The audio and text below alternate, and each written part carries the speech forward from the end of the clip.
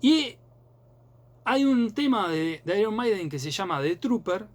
Y ese tema, yo a Iron Maiden creo que lo vi 10 o 11 veces, ya no me acuerdo cuántas. Muchas veces pasaba en una época que se cantaba, gente que tiene un problemita, ¿no? Gasta una fortuna para ir a ver una banda. Bueno, cuando yo iba al principio no era tan caro los recitales, pero bueno, gasta plata para ir a un recital, se toma el tiempo, todo para ir a cantarle a los ingleses que el que no salta es un inglés.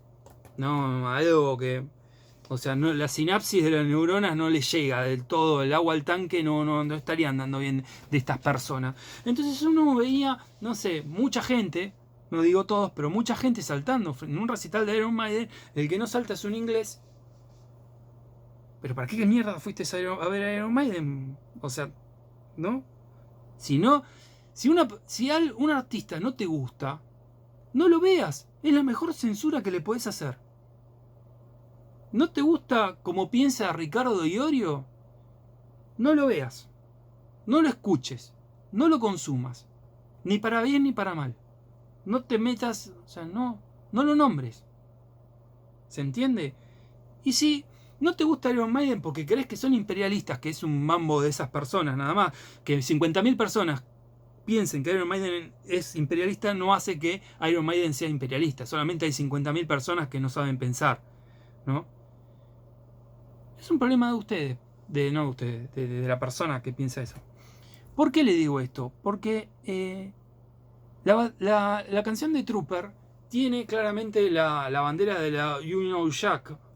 Y en el CD, en el disco de Trooper está Eddie, que es la mascota, ¿no? Llevando la bandera de la Union Jack, es decir, la bandera británica. Pero, primero, no saben inglés o no saben interpretar, porque a veces uno puede saber y tampoco interpretar. Y escuchar Iron Maiden no es escuchar AC/DC, que por lo menos con Brian Johnson no se entiende un carajo. O sea, Iron Maiden lo entiendo yo. O sea, que no soy o sea, sé inglés como puede saber cualquiera de ustedes. O sea, que no nací, no es mi lengua materna, ni viví en un país de habla inglesa, nada. O sea, pero lo entendés, de pe a pa. Se entiende. O sea, Bruce Dickinson tiene una forma, una dicción perfecta.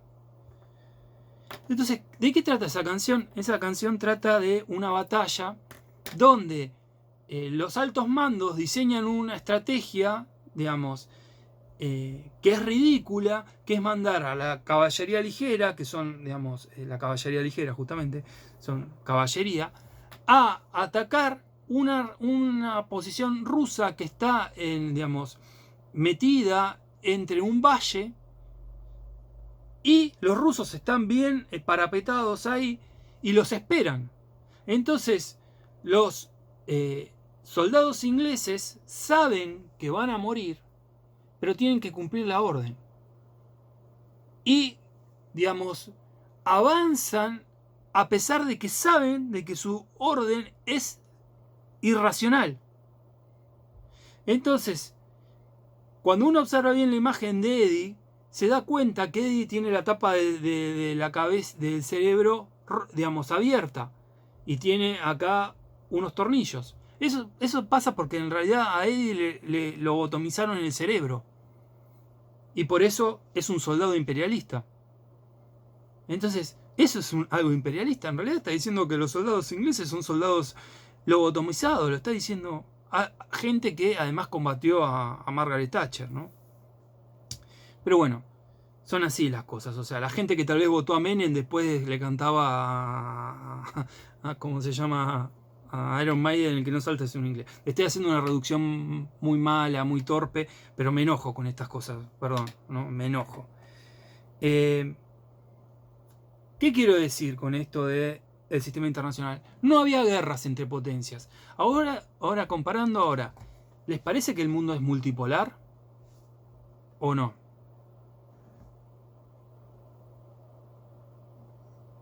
El mundo es bipolar. Hay dos potencias que son las que marcan, las que juegan fuerte en el mundo. La que está en decadencia, Estados Unidos, y la que está ascendiendo, China. ¿Se entiende? Pero para colmo están apareciendo también, para más adelante, la India. Rusia no dejó de existir como tal, pero no llegan a ser todavía un mundo multipolar. Es un mundo básicamente entre dos grandes gigantes, China y Estados Unidos. Por lo tanto, este balance de poder no existe más. El segundo aspecto político es que todos los estados de aquel momento eran estados liberales. Tal vez no lo fueran en términos... sí, Francisco, sí, pero nadie dice que el Estado liberal fuera un Estado solidario, justo. O sea, no, definitivamente. El Estado liberal fue la forma de gobierno que se impuso. En Argentina, una constitución que fue bastante estable. Desde el gobierno de Mitre, que es el primer verdadero presidente argentino, hasta el golpe de Estado que derriba a Irigoyen, pasaron 50 y pico, casi 60 años, si mal no me acuerdo. O sea, un montón de tiempo. Para lo que fue después, del 30 para acá, que hubo golpes de Estado constantes en Argentina, era bastante estable. El Estado liberal es la necesidad del imperio de la ley. Es decir, la que tiene que asegurar la confianza, ¿no? Y la seguridad jurídica. ¿Qué es lo primero que hace el Estado cuando se quiere formar como tal? Darse una constitución a sí mismo. Por eso lo bajan, o es la excusa formal que lo bajan lo derriban a Rosas. Porque la provincia de Buenos Aires tenía la representación de la Argentina hacia el exterior, pero no había una unidad nacional constituida. En realidad las cosas son más ordinariamente materialistas. Urquiza era un contrabandista, ¿no? Y la cuestión es que no le gustó que Rosas le cortara el contrabando, ¿no? Porque Rosas quería que el comercio pasara por Buenos Aires, como buen porteño federal. Un porteño era federal, pero bueno, en eso no transaba en nada. O sea, los unitarios porteños y los esto, a veces en Argentina está la confusión de decir porteño unitario, provincia federal. Los unitarios estaban en las provincias y los federales estaban en Buenos Aires, pero no estaban cruzados, mezclados. De los dos bandos había en los dos espacios. Pero bueno, el Estado liberal, ¿ustedes piensan que existe? ¿Estados Unidos es un Estado liberal? ¿Ustedes pueden vender limones a Estados Unidos? No, no lo es, claramente. No es un Estado liberal. ¿China es un Estado liberal? Pues no lo tengo que preguntar esa. ¿Rusia es un Estado liberal? ¿La Unión Europea es un Estado liberal? Traten de meter un producto en esos países. No existe más el Estado liberal. A ver, ¿qué existe? Chile. Chile es un Estado liberal. Fíjense cómo se está incendiando Chile, ¿no? O sea, viva la lucha del pueblo chileno, porque muchos años aguantaron esa porquería. Pero bueno, un ejemplo puede ser Chile, pónganle. Pero no hay mucho más. O sea, hay poquitos. O sea, Chile es como Argentina y como toda esta región del mundo. No pesamos en el mundo. A mí, denme ejemplos grandes. Denme en Estados Unidos, denme en China, denme en Rusia, denme en la India, denme en la Unión Europea. Y ninguno de esos estados ninguno de esos espacios son estados liberales. Después hay dos cuestiones más para terminar que son económicas. Una es que en ese momento había dinero internacional, que era el patrón oro. Es decir, las cuentas a nivel internacional se manejaban a nivel de patrón oro. Hoy las cuentas se manejan a nivel de dólar. En parte, porque si uno le compra a China, China se está tratando de sacar de encima el dólar, ¿no? Y eso ya demuestra una debilidad de Estados Unidos. Relativa. Estados Unidos no deja de ser una potencia, pero relativamente está en retroceso. Todo el comercio se manejaba a través de el patrón oro. Esto ya no existe más. ¿Por qué? Porque el dólar no es oro. El oro es una mercancía que se utiliza para el intercambio. En cambio, el dólar lo produce ¿quién? Estados Unidos. ¿Cuál es el respaldo del dólar? Ninguno. La confianza que ustedes le tengan a Estados Unidos.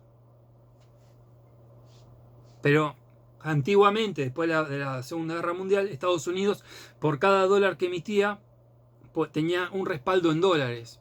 Bueno, en oro. Había una convertibilidad del dólar al oro. Pero el patrón oro colapsó.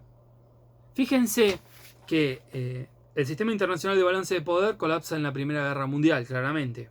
El Estado liberal colapsa después, porque viene el ascenso del fascismo y todo este tipo de cuestiones. El patrón oro se intentó salvar hasta que todos empezaron a decir, no, yo no más. O sea, él era el patrón oro. Yo digamos, exporto, ¿no?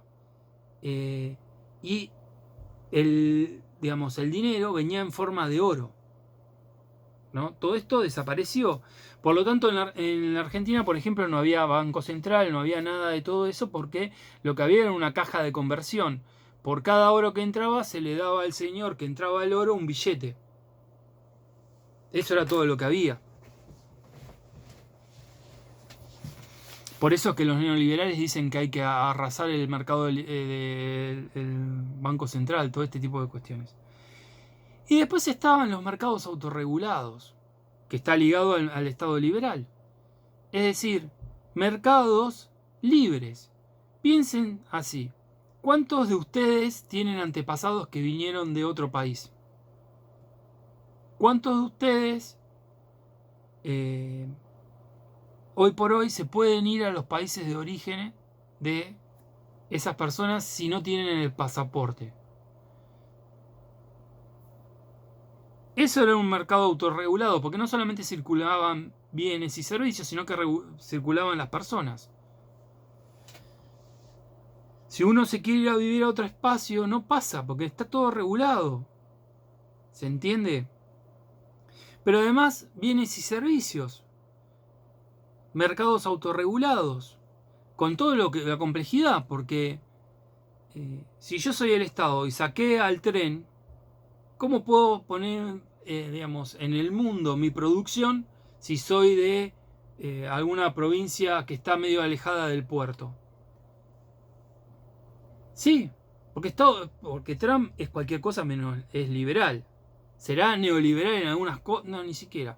Pero él no va a ser, digamos, no va a ver, Estados Unidos subvenciona la producción agrícola, la de carne, la de maíz, la de trigo, lo cual hace pelota a la Argentina. Estados Unidos siempre fue la competencia más grande a nivel económico de la Argentina, porque producen lo mismo. Encima, Estados Unidos produce mucho más. O sea, ¿cuál era el problema en la década del 30 entre Argentina, Inglaterra y Estados Unidos? Que Argentina le compraba un montón a Estados Unidos, pero Estados Unidos no le compraba nada. Con Inglaterra esa relación nunca fue tan directa, tan así. O sea, era una relación imperialista, Inglaterra era la metrópoli, pero, digamos, había un ida y vuelta y la oligarquía le iba bien. El problema de la oligarquía argentina con Estados Unidos no es ideológico, el problema de la oligarquía argentina con Estados Unidos es que no le compra las cosas. Entonces hizo el pacto Roca-Rushman y todo ese tipo de todos, porque necesitaba crear un excedente para pagarle a las empresas norteamericanas. Ustedes piensen que todas las empresas, o sea, Ford, Chevrolet, Gillette, como se llama, las de cepillos de dientes, todas esas son empresas norteamericanas. Eso cobraban royalty y se lo llevaban. Y no dejaban un mango acá. De alguna forma eso tenía que salir de algún lado. Entonces había que generar un excedente con los ingleses. Complejidad de la historia argentina. Pero esta gente que piensa que tal o cual produjo que se acabara el mundo, ¿no? Tal o cual. O sea, yo recién fui duro con el peronismo, pero insisto, el peronismo no fue la culpa de los problemas argentinos. O por lo menos no la exclusiva culpa. Fue parte, porque es un partido obviamente muy poderoso, pero no es el único jugador de la Argentina. Entonces, no hay mercados autorregulados. No los hay. No los hay. ¿Se entiende? O sea, entonces no tienen ninguna de las cuatro condiciones para volver a un mercado libre. Con lo cual, tendríamos que repensar nuestra óptica y nuestra, digamos, nuestra visión del mundo, dejar de pensar en términos utópicos, digamos, manejar mejor nuestro prisma. De eso se trata últimamente, digamos, se trata. Ustedes van a elegir ser parte del Lucifer o ser parte de la resistencia. Y la resistencia, ya les digo, es, en este caso, es tan humilde como tratar de sobrevivir el día a día lo mejor posible, lo más dignamente posible. Así que bueno, preguntas, dudas.